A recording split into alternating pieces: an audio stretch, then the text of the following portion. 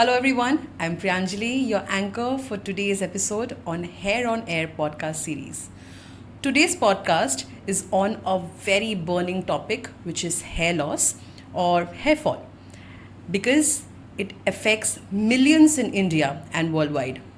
And to educate us more on how we can keep our hair healthy, we have Dr. Shamik Das with us. A very warm welcome to you, Doctor. Hi.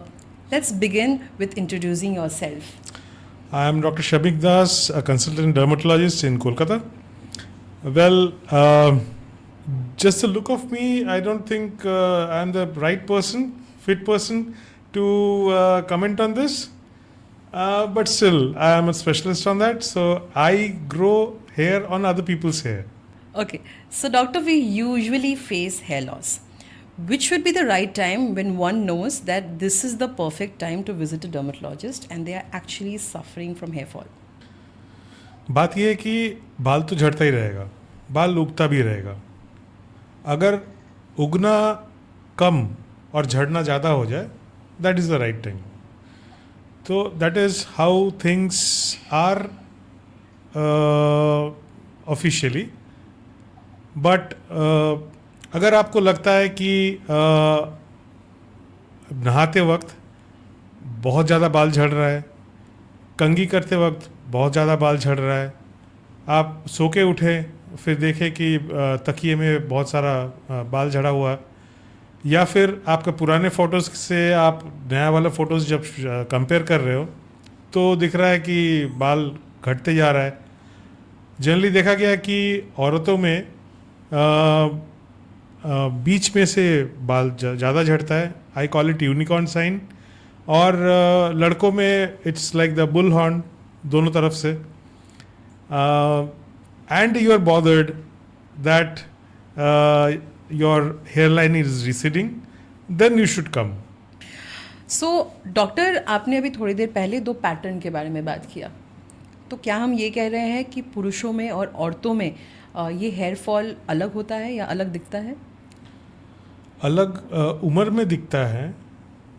अक्सर देखा जाता है कि 20 साल के उम्र में पुरुषों में ज़्यादा होता है, 30 साल के आसपास औरतों में ज़्यादा होता है. राइट. और 20 साल की उम्र में जब होता है तब पुरुषों में दोनों तरफ का बॉल्डिंग ज़्यादा वहीं से शुरू होता है. फिर बाद में पीछे एक लेक आता है, फिर दोनों जुड़ जाता है. और वही चीज़ औरतों में जो होता है, बीच में से जो मांग के चारों तरफ है वहीं पे खाली होता है. Right. शुरुआत में धीरे धीरे करके बढ़ता है. और 30 प्लस के उम्र में या फिर प्रेगनेंसी के बाद ज़्यादा बाल झड़ता है.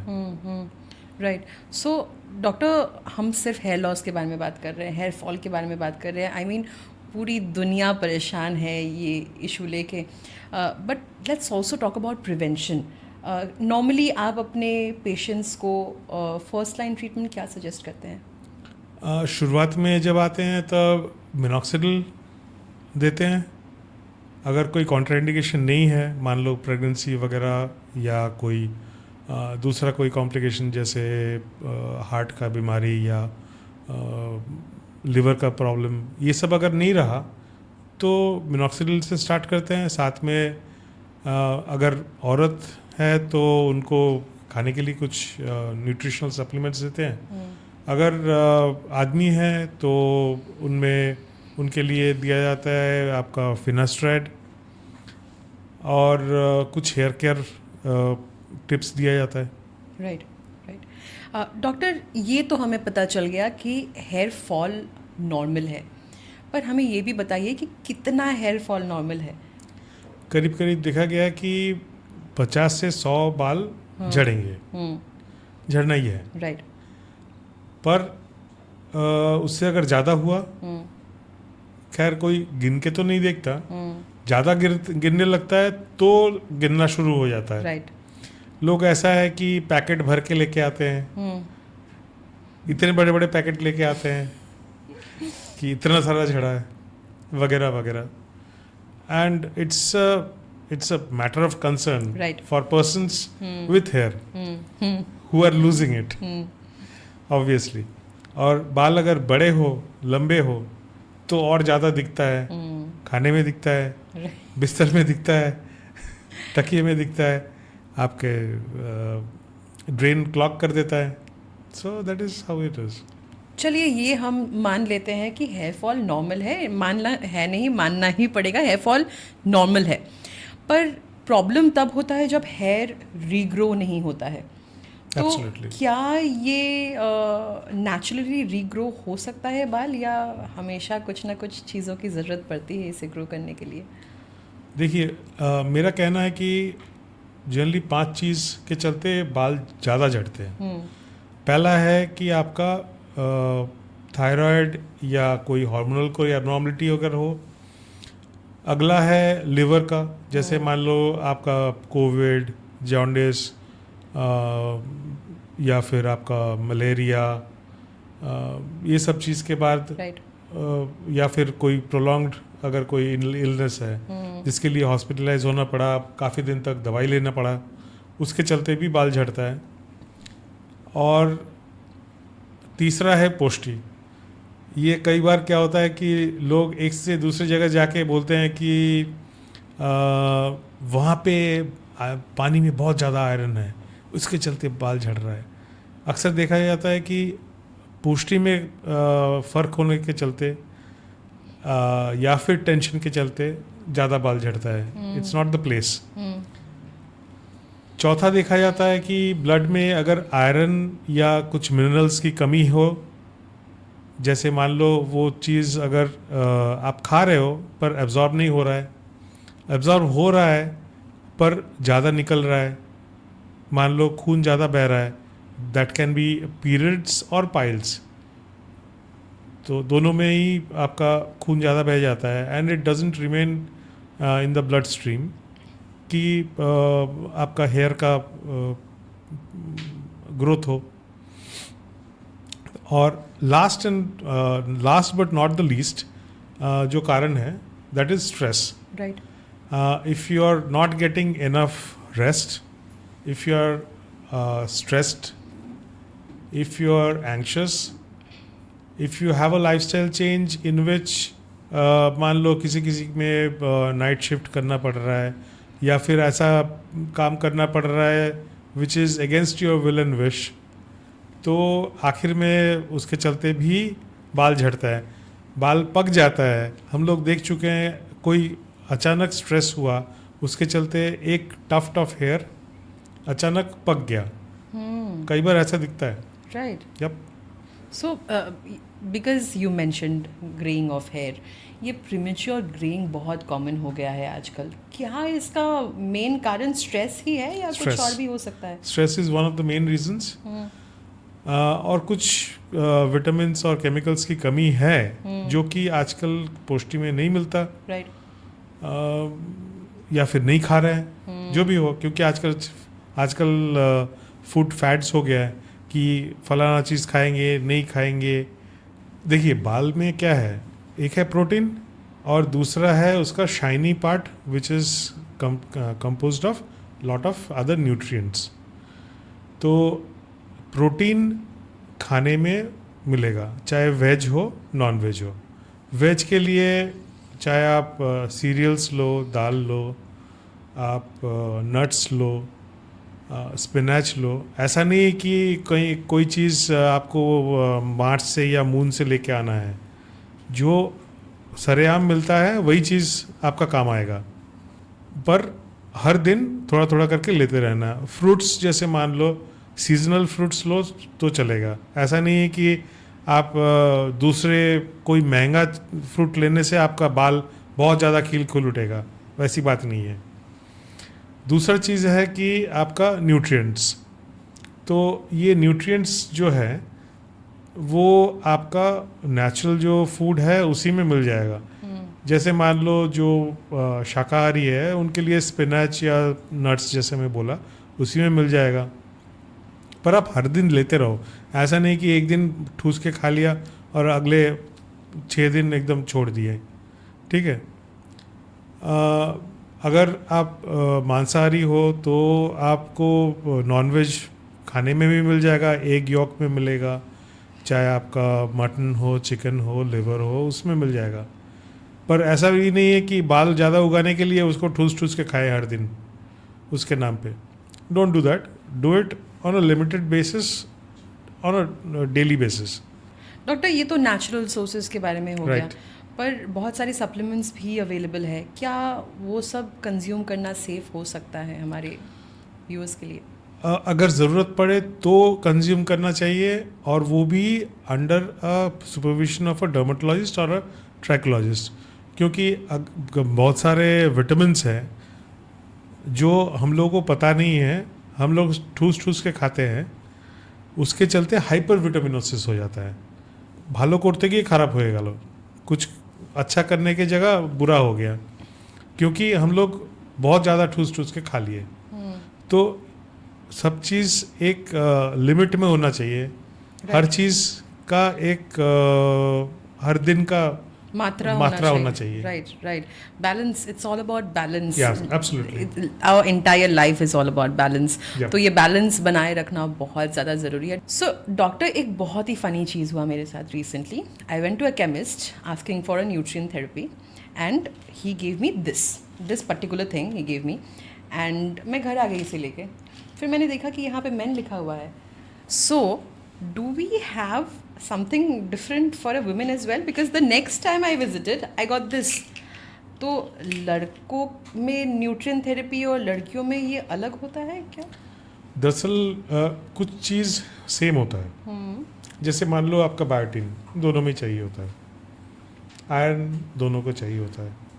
लेडीज़ में आयरन थोड़ा ज़्यादा होना चाहिए, विटामिन डी थोड़ा ज़्यादा होना चाहिए, फॉलिक एसिड थोड़ा ज़्यादा होना चाहिए लेडीज़ में।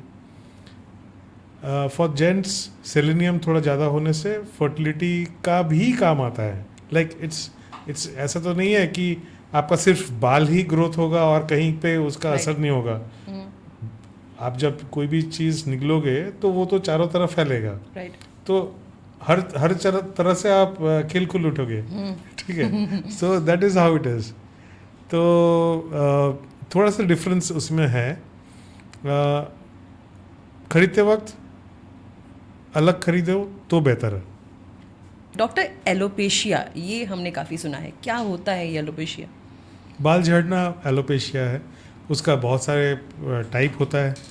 जैसे एलोपेशिया एरिया होता है, जो कि एक एक जगह पे अलग अलग जगह पे एक एरिया में बाल झड़ जाता है। So that is a autoimmune disease which is increased by tension या anxiety. दूसरा होता है डिफ्यूज एलोपेशिया, जो कि हर जगह पे थोड़ा थोड़ा करके होता है। तीसरा होता है आपका एंड्रोजेनेटिक एलोपेशिया या male pattern baldness, female pattern baldness है दूसरा। और जो आता है एलोपेशिया यूनिवर्सलिस, जो कि पूरे बॉडी में होता है। कई लोगों को आप देखोगे सिर्फ बाल सर पे नहीं, आँख के जो पलके हैं वहाँ पे भी नहीं है, बाकी और जगह पे जैसे आर्मपिट्स या ग्रॉइन कहीं पे भी नहीं है। So there are distance lot also. Right. तो शुरुआती स्टेज कैसा होता है? बिकॉज वी नो कि कोई भी कंडीशन हो, कोई भी बीमारी हो, शुरुआती स्टेज में क्योर करना ईजी होता है for the patient as well, for the doctor as well. So how does the initial stage look like?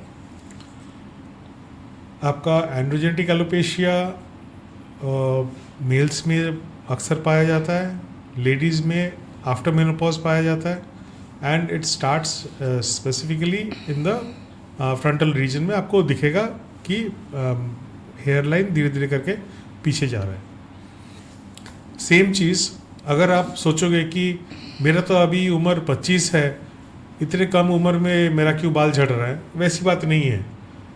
बाल आपका 16 साल की उम्र में भी झड़ सकता है, एंड यू नीड ट्रीटमेंट। ऐसा नहीं कि हम वेट करके रहेंगे कब 25 बनेंगे तब जाके ट्रीटमेंट करवाएंगे, ऐसा नहीं है। बाल झड़ रहा है, ट्रीटमेंट करवाना है, सीधी बात है। तो शुरुआती तौर पे कुछ इन्वेस्टिगेशंस हो सकता है, ज़रूरत पड़े। कई बार देखा जाता है कि बहुत सारे अंडरलाइंग डिजीज़ होता है, जैसे किसी के घरेलू डिजीज़ होता है, हेरिडिटरी डिजीज़ होता है, शुगर, प्रेशर, थायराइड, कोलेस्ट्रॉल, वो सब अगर उसको भी साथ में अगर ट्रीटमेंट ना करें तो इसका असर भी उतना अच्छा नहीं होता। Right right. सो डॉक्टर, क्या न्यूट्रिशन थेरेपी, जिसके बारे में हमने थोड़ी देर पहले बात किया, क्या न्यूट्रिशन थेरेपी भी कहीं ना कहीं हेल्प कर सकता है to treat alopecia, hair thinning, hair falling? Obviously वो तो हेल्प करता ही है।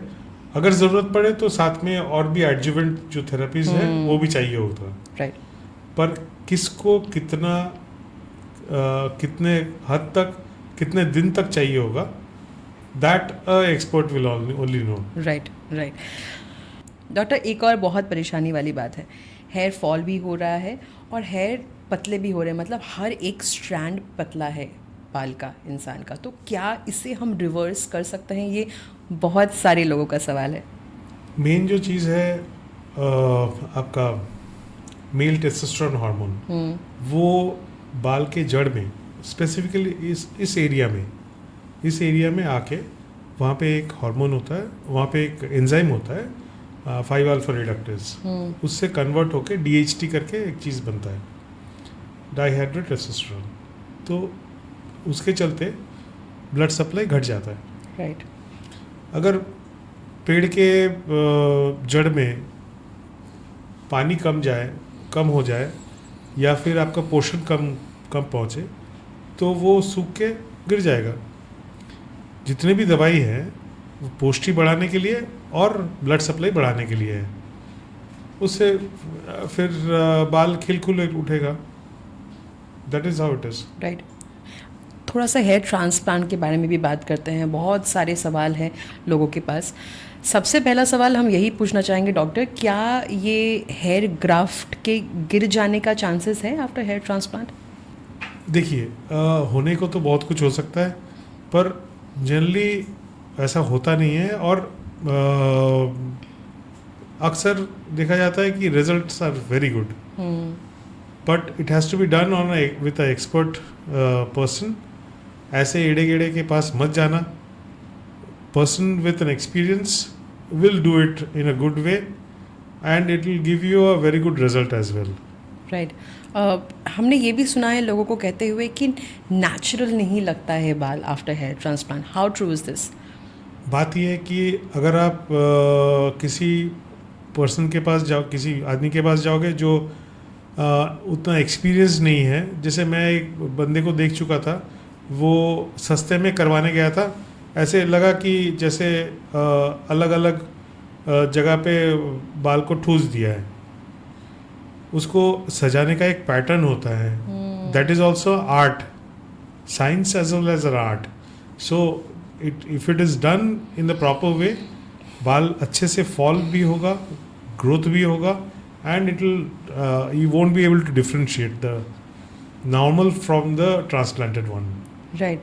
डॉक्टर, ये हेयर ट्रांसप्लांट और हेयर वीविंग में क्या अंतर है, और नॉर्मली कौन सा चूज़ करना चाहिए किसी को if they want to opt for it? आप झट से कोई पार्टी में जाना चाहते हो, hair weaving that's temporary, makeup लगा के चल दो। You want something to come naturally with you, it will take some time. ठीक है। सो इट्स समथिंग लाइक आपका प्लास्टिक का फूल और आपका मेहनत से उगाया हुआ आपका पेड़, दोनों में जो अंतर है ये सेम चीज़ है। Right. Doctor, we have heard a lot of people complaining about scabs. पहले तो आप हमें बताइए कि क्या है ये स्कैब्स? दरअसल क्या होता है कि डेड स्किन जब बाल के जड़ में जम जाता है, पीपल कंप्लेन ऑफ स्कैब्स, क्योंकि इरिटेशन होता है, इचिंग होता है, और लोग उसको नोच के निकालते हैं, and it's not a good feeling. Right. ख़ास तौर पे अगर आप ऐसी जगह पे हो जहाँ पे इरिटेशन हो रहा है, काम में असर पड़ रहा है उसका, तो उसका दो कारण होता है जनरली, ब्रॉडली अगर डिफाइड किया जाए। वैसे तो बहुत सारे रीजंस होते हैं। राइट। तो एक तो है कि अगर फंगल इन्फेक्शन है, उसके चलते डैंड्रफ होता है, वो जम जाता है। उसमें क्या होता है कि जैसे मान लो बाल के जड़ में कुछ डेड स्किन्स जम गया, प्लगिंग हो गया, और जैसे मुहासे होते हैं बिल्कुल वैसे ही जम गया वहाँ पे। राइट। वहाँ पे डेड स्किन जो जम रहा है वहाँ पे फंगल इन्फेक्शन हो रहा है, और उसका ट्रीटमेंट अलग है। हम लोग ऑयल नहीं देते, ऑयल मना है उसमें। एंटी डैंड्रफ शैम्पू देते हैं, और कई बार एंटी फंगल खाना पड़ता है। सेम चीज़ अगर सोरियासिस अगर हुआ, जो कि अक्सर देखा जाता है कि आपका ड्राई सीजन में होता है या विंटर्स में होता है, उसमें क्या होता है, itching, redness, and it's specific to certain areas like on the forehead, the back, और वो बहुत थिक होता है। तो उसमें oiling is better, oiling serves a better purpose. उसमें कुछ लोकल स्टेरॉइड्स देना पड़ता है, उसमें कोल्टार का शैम्पू देना पड़ता है, ऐसे बहुत सारे ट्रीटमेंट है। तो this is the broad classification. Right. तो ये ऑयल के बारे में जो आपने बात किया, इसके बारे में थोड़ा सा और बात करते हैं। अभी अगर देखने जाए सोसाइटी 2 भाग में सेग्रीगेट हो गए हैं। एक हिस्सा बोलते हैं कि तेल लगाओ, बहुत ज़रूरी है। बचपन से हमने हमेशा सुना है कि तेल लगाना बहुत ज़रूरी है बाल की ग्रोथ के लिए, हेल्दी हेयर के लिए। और आजकल डर्मेटोलॉजिस्ट अक्सर कह रहे हैं कि अवॉइड ऑयल। तो क्या आप ये मिथ क्लियर करना चाहेंगे हमारे लिए, क्या करना चाहिए हमें? बात यह है कि जैसे मैं थोड़ी देर पहले बोला, अगर फंगल इन्फेक्शन है, अगर उसके चलते डैंड्रफ हो रहा है, तो ऑब्वियसली हम लोग बोलेंगे कि ऑयल मना है, क्योंकि ऑयल वो जो आपका बाल का जड़ है उसको प्लगिंग कर देगा, बंद कर देगा, और ज़्यादा फंगल ग्रोथ होगा। तो इसलिए हम लोग हेयर ऑयल अवॉइड करने बोलते हैं। एंटी फंगल शैम्पू देते हैं, anti fungal oral anti fungals देते हैं। सेम चीज़ अगर सोरियासिस है तो ऑयल देने के लिए बोलते हैं। अगर दोनों में से कुछ भी नहीं है, नॉर्मल आप हो, तो आप बेशक ऑयल लगाओ, मसाज करो, बट जो जब भी आप कोम्बिंग कर रहे हो तो वाइट टूथ अगर कोम हो तो बेटर है, और ज़्यादा खींच खींच के मत करो। और काफ़ी लोग क्या करते हैं कि एकदम खींच के एकदम बाल जो बन बनाते हैं या फिर चोटी बनाते हैं, तो एकदम खींच के बनाते हैं कि एकदम कड़क, उससे खींच जाता है एंड बाल जड़ से निकल आता है। वैसा नहीं करना चाहिए। राइट। तो थोड़ा सा केयर लेना बालों का, थोड़ा सा साथ में शैम्पू एक बड़ा टॉपिक है अगेन। किस प्रकार का शैम्पू यूज़ करना चाहिए? एंटी डैंड्रफ शैम्पू आपने थोड़ी देर पहले हमें बताया, तो एंटी डैंड्रफ शैम्पू तो बहुत सारे अवेलेबल है मार्केट में, और ये एक बहुत बड़ा टास्क है शैम्पू चूज़ करना, the correct shampoo for our hair. तो किस प्रकार का शैम्पू नॉर्मली यूज़ करना चाहिए हमें? घरेलू एक नुस्खा है, वो है कि एक 1/3 आपका आंवला, 1/3 रीठा और 1/3 शिकाकाई लो। ओके। ठीक है, उसको अच्छे से उबालो, उबाल के उसको उसका रस निचोड़ के उसको सीव करके, and then you can keep it in the fridge, right, use करने के लिए। बट बात यह है कि इतना टाइम किसके पास है, हर कोई दौड़ रहा है। So it's better to go for a shampoo आज के दिन में which is fragrance free, which is paraben free, which is sulfate free। नहीं तो गूगल देखोगे और हम लोगों का दिमाग का दही बना दोगे आप कि इसमें सल्फेट है, इसमें पैराबेन है, उसमें ये है, हलाना फलाना डिमकाना सब कुछ है। ठीक है, basically something that suits your taste, that gives you a good texture, and conditioner अगर ज़रूरत हो तो कंडीशनर आप यूज़ कर सकते हो, but don't over do it twice और thrice a week, that's enough. Right. Doctor, हमने ये भी कहते हुए सुना है बहुत लोगों को कि बहुत ज़्यादा शैम्पू करना अच्छा नहीं है, हेयर फॉल होता है। तो क्या ये सच है? हेयर ड्राई हो जाता है, हेयर को there should be a balance. Right. उसका भी एक ह्यूमिडिटी का बैलेंस होना चाहिए। जैसे चमड़े का है बिल्कुल वैसे ही बाल का भी उसका जो सही पोषण, जैसे पोषण के बारे में बात की है, बिल्कुल वैसे ही उसका अंदर जो ह्यूमिडिटी है उसका भी लिमिट अच्छे से होना चाहिए, ना ज़्यादा ना कम। राइट। ज़्यादा शैम्पू करने से बहुत ज़्यादा सूखा हो जाता है, उसके चलते झड़ जाएगा। राइट। एक और समस्या है, पोस्ट कोविड हम अक्सर देख रहे हैं पेशेंट्स कंप्लेन कर रहे हैं they are suffering from alopecia और हेयर लॉस। ये क्यों हो रहा है? इसका भी जवाब मैं जो पहले बोला था उसमें है कि Covid had affected our brain, our body and pocket. So उससे क्या होता है, इचिंग होता है काफ़ी लोगों में, दैट इज़ वन कंप्लेन। आप बाल के जड़ को इरिटेट करते रहोगे, उससे बाल झड़ेंगे। लिवर जो अफेक्ट करता है कोविड के चलते, या फिर आप जो दवाई ले रहे हो कोविड के चलते उसका मात्रा अगर ज़्यादा है, बहुत लोग बहुत ज़्यादा सप्लीमेंट खा लिए कोविड में कि इसको भी ट्राई करते हैं उसको भी ट्राई करते हैं, पता नहीं जो कम से कम मेरे घर पे जितने लोग भी आए, जितना दवाई लेके मैं सब कुछ खा लिया, क्योंकि पता नहीं कब बचूंगा मरूंगा, खा लिया, तो उसका तो असर एक पड़ेगा। तीसरा है टेंशन, ये तीनों के चलते बाल झड़ रहा है। हम आज के पॉडकास्ट के शुरुआत से ही बोल रहे हैं कि स्ट्रेस एक मेजर कारण है हेयर फॉल का, और हम बहुत ज़्यादा महत्व दे रहे हैं स्ट्रेस को। आज हम हेयर लॉस के बारे में बात कर रहे हैं, पर अगर हम देखें कि काफ़ी सारे बीमारी जो हैं, स्ट्रेस एक बहुत बड़ा रीज़न है उसके पीछे। तो मैनेजमेंट के बारे में भी थोड़ा सा बात करते हैं। How do we manage this? How do we manage stress? The biggest question in today's podcast. I am not an expert in this, but एक डर्मेटोलॉजी में एक अलग से स्ट्रीम बना है, साइकोडर्मेटोलॉजी।